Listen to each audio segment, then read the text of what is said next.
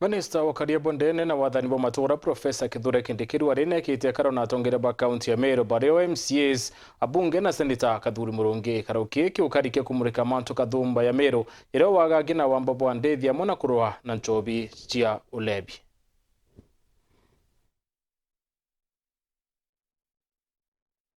Minista wa Bondene na wathani bo matura Profesa Kithure Kindiki muthenyoru warine kite mucemano na tongere ba county ya Meru Nairobi kienda kuria ntere ya WAGAGIA na WAAMBA bo NDITHIA mwankene yo Meru na Isiolo.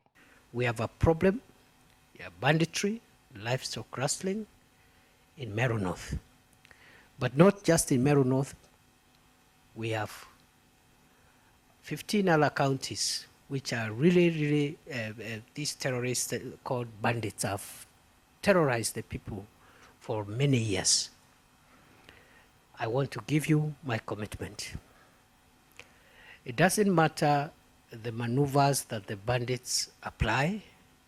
It doesn't matter how persistent the problem looks. Minister yo nekirete atongire bawirane atakathiria thinere tuikite mpanga kiria kariba county ya Meru. I want you to know that in the tenure of this administration, this first term, and in my tenure as the Interior Minister of Kenya, we will stamp out the problem of banditry completely.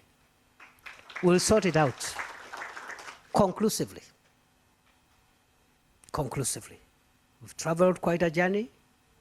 We've just begun. We've not even started. Kaiteno kau Kindiki na tumirite ate bakaro na dawa ciambogita nontuni twikite ogwati kire ukaria Kenya. The problem we have had as a country in the past is that we have treated this problem as a social problem.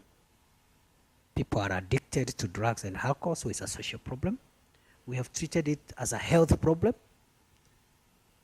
but it is a national security problem. If we don't correct this problem of drugs and these poisonous alcoholic drinks, 10, 20 years from now, we will have no generation to take over from us. Awite boya thirikari nikabo marufu bobo kethira bukinama indi batetekerio ntubo buthira bwita na mbere nontuni bukwenyangia Kenya baba ingi. We have decided in this administration that we better lose popularity, and that's why you've seen it is only the president and his deputy who are active political people who are part of this, because it's a law enforcement issue. Au wengine tumesema you can't ask governors, they are the ones even licensing these things. MPs, you know, they are conflicted. So it's a law enforcement issue. We are going to very brutal. We are going to arrest so many people. We are going to destroy so many illegal outfits. Please stay away from this problem. It's a law enforcement thing. And don't politicize it because it's not political.